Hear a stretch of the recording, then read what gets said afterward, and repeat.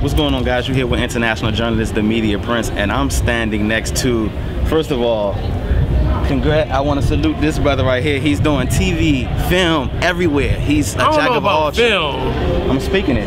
Because I don't want to be an actor. I like being myself. And if you guys don't know, this is Mr. Jawn Morris, somebody that you should be definitely know in the city and around the country. So, with your artistry, how do you tap into it? Man, you know, it's really cool that my artistry is being my unique self. Okay. Which is, for a lot of times, people in the entertainment industry have a problem being themselves. Okay. They try to follow trends, they try to mimic what other people do. But I've been really blessed to make a living being myself, man. Like when I'm on talk shows like Wendy Williams and, you know, co-hosting The View or doing CNN or HLN or any of the other TV opportunities I've been blessed to do, they bring me on just to be my authentic self. And that's how I was able to carve a niche out for myself as a writer.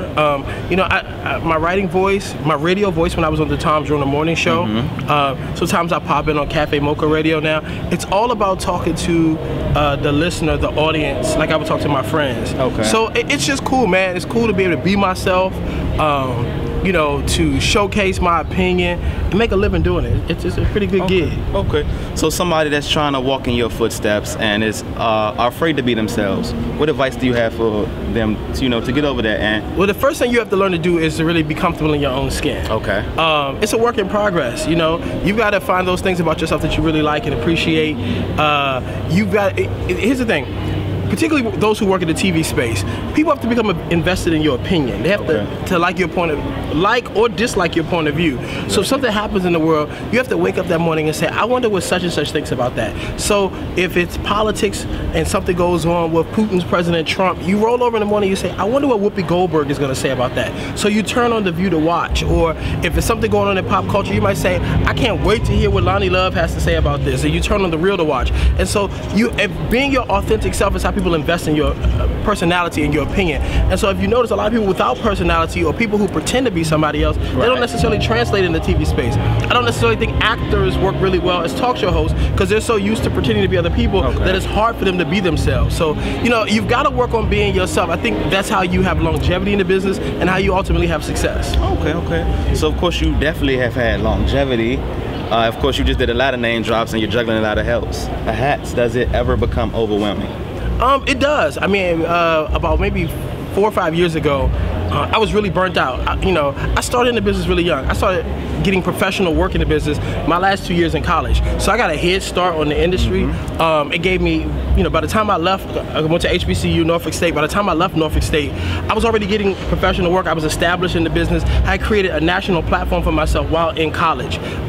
So like I'm a very young old head. You know, I've been around. I've been in the business 17 years now, but still not as old as people who've been in the business for 17 years, and that's been a blessing.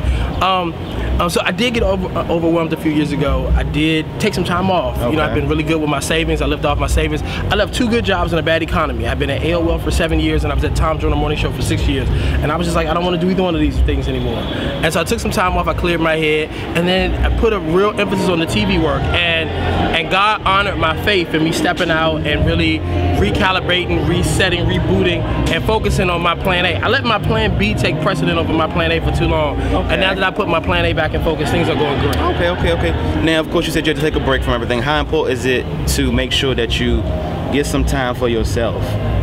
Oh, it's very important, man. Like, I mean, you know, I like to go to the spa. I like to hang out with my friends.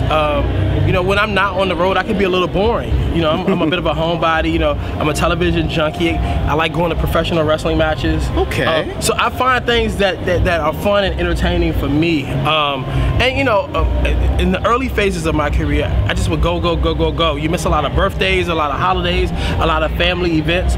But I'm in a place now where balance is very important to me, and balance is what keeps me recalibrated and keeps me from getting to that burned out place again. Okay. So what would you say some models that you live by? Well, I'm learning more and more that you only live once. I think after 2016, you know, there was such an overwhelming amount of death, you know, both on the celebrity scape, you know, in Hollywood and in entertainment, but a lot of people had a lot of death in their personal lives too.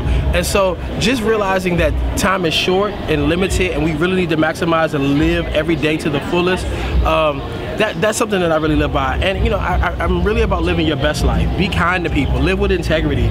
You know, I've always adapted to the mindset that, you know, I'd rather be the tortoise and not the hare.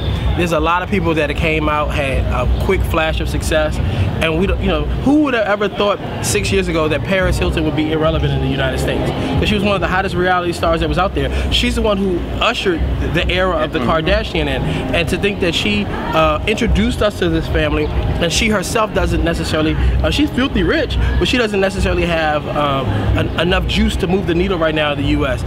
It's a flash in the pan, and so I'd rather have longevity. I'd rather be the tortoise and have a slow and steady grind that ultimately peaks at a time when it's good to peak, and not fizzle out too soon. Perfect. Okay, so with your longevity, what can we expect from you next? Man, you know, this is what I call the hustle and flow, and it's a quiet hustle. You know, there are a lot of projects, a lot of things that are in the works that I can't necessarily speak on, because there are a lot of folks who go in for meetings, and you're up for TV shows, and you have a contract for a TV show, and you shoot a pilot, and then the show never goes. So people are constantly asking you, well, what happened to that show, or what happened with you in this network? So I've learned that the best thing to do is to work quietly and let the work speak for itself. So did you hear that? Knowledge right there. Yeah. Work quietly. And that's hard for a lot of people in the social media era, because every time you go into a building, you want to take a selfie in front of a marquee or a logo. And I'm like, nah, you know, I'm going to keep getting quiet money. I'm going to keep doing what I'm doing on the TV space as an influencer. I still do some media work, my TV commentary work. You know, I'm fresh off a Wendy Williams appearance. And so I'm going to keep building off of that stuff. And then when the big thing happens next, then, you know, we'll all celebrate loudly. Okay. Together, so corporately. What you can hear is he's about to make some silent power moves that we're going to hear loudly.